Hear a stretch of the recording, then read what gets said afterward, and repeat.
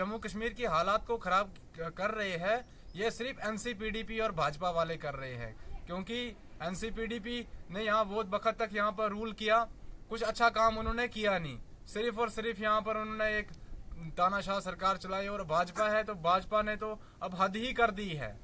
एक तो यहाँ स्टेटहुड का दर्जा नहीं मिल रहा है, बहुत वक्त से इलेक्शन भी नहीं हो रहे हैं। जब इनसे इलेक्शन के बारे में पूछा जाता है तो सबसे पहले सभी आवाम को मेरा अस्सलाम वालेकुम, नमस्कार, सत श्री अकाल और आदाब।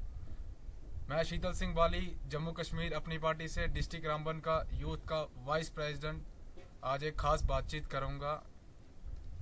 आज हमने सोचा कि जो ये प्रॉपर्टी टैक्स का जो भाजपा सरकार ने जो ये आर्डर निकाला हुआ है, तो सोचा इस पर कुछ बातचीत की जाए। पहले ही जो हमारे यहाँ जम्मू कश्मीर की जो हालात है, वो यहाँ की जो इकनॉमी है वो बहुत ज़्यादा डाउन होती जा रही है। उस पर यह प्रॉपर्टी टैक्स देना एक गरीब आदमी के लिए बहुत ज़्यादा मुश्किल हो जाएगा।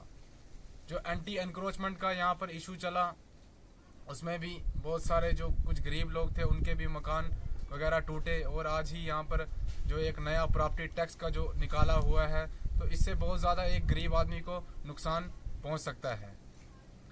जम्मू कश्मीर में जिस वक्त जो लॉकडाउन रहा, लॉकडाउन की वजह से भी जो गरीब आदमी था वह बेचारा बिल्कुल ही ज़्यादा गरीब हो गया। और साथ में ये भाजपा गवर्नमेंट नए नए जो आर्डर निकाल रही है, जो ये गरीब के ऊपर जुल्म कर रही है, हमें बहुत ही ज़्यादा इस चीज़ का दुख होता है कि किस तरह से एक जालिम हुकूमत यहाँ पर जम्मू कश्मीर में लोगों को गुमराह कर रही है, लोगों को लड़वा रही है, लोगों के लिए नए नए आर्डर लेकर आ रही है। पहले जम्मू कश्मीर में एनसी और पीडीपी की सरकार रही।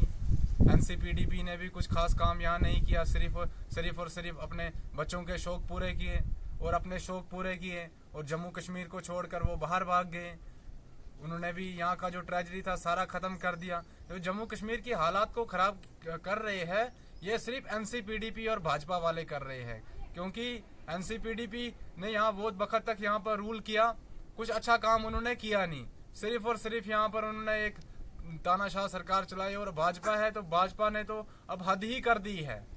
एक तो यहाँ स्टेटहुड का दर्जा नहीं मिल रहा है, बहुत वक्त से इलेक्शन भी नहीं हो रहे हैं। जब इनसे इलेक्शन के बारे में पूछा जाता है तो बोलते हैं अभी हालात ही ठीक नहीं है, सब कुछ ठीक है, टूरिस्ट वगैरह जा रहे हैं। ये बड़ा ही ज़्यादा एक जो है ना, ये भाजपा सरकार बड़ा ज़्यादा यहाँ जुल्म कर रही है। रविंदर रैना जी का बयान सुनते हैं, वो कहते हैं कि नहीं ये हमने नहीं लाया है, ये एलजी साहब का है। तो मैं ये जानना चाहता हूँ एलजी साहब किसके हैं?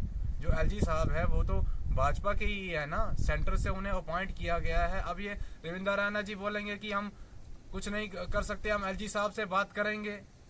एलजी साहब तो भाजपा का है ना, वो क्यों लोगों को गुमराह कर रहे हैं? भाजपा सरकार क्यों लोगों को गुमराह कर रही है? जब सेंटर में भाजपा है, रविंदर रैना जी भाजपा के हैं, तो वो कैसे क्यों लोगों को गुमराह कर रहे हैं इस तरीके से बोल के कि हम एलजी साहब से बात करेंगे, एलजी हमारा नहीं है। तो एलजी किसका है?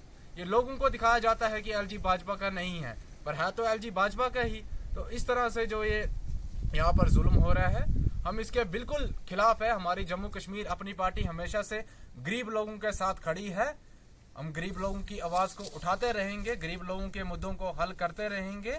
और जल्दी ही यहाँ पर हम गुजारिश करते हैं एलजी साहब से कि जल्द से जल्द यहाँ पर जो ये प्रॉपर्टी टैक्स है, इसको रूल को वापस लिया जाए। और भाजपा सरकार जो है जो यहाँ जुल्म कर रही है, उसके लिए हमारी जम्मू कश्मीर अपनी पार्टी हमेशा गरीब लोगों के साथ खड़ी है। हम मांग करते हैं जल्द से जल्द यहाँ पर इलेक्शन हो और इंशाल्लाह जम्मू कश्मीर अपनी पार्टी यहाँ पर सरकार बनाएगी और अल्ताफ बुखारी साहब हमारे यहाँ के चीफ मिनिस्टर बनेंगे और लोगों के मुद्दों को हल किया जाएगा, गरीब लोगों की सुनवाई होगी, युवाओं को रोजगार मिलेगा। शुक्रिया।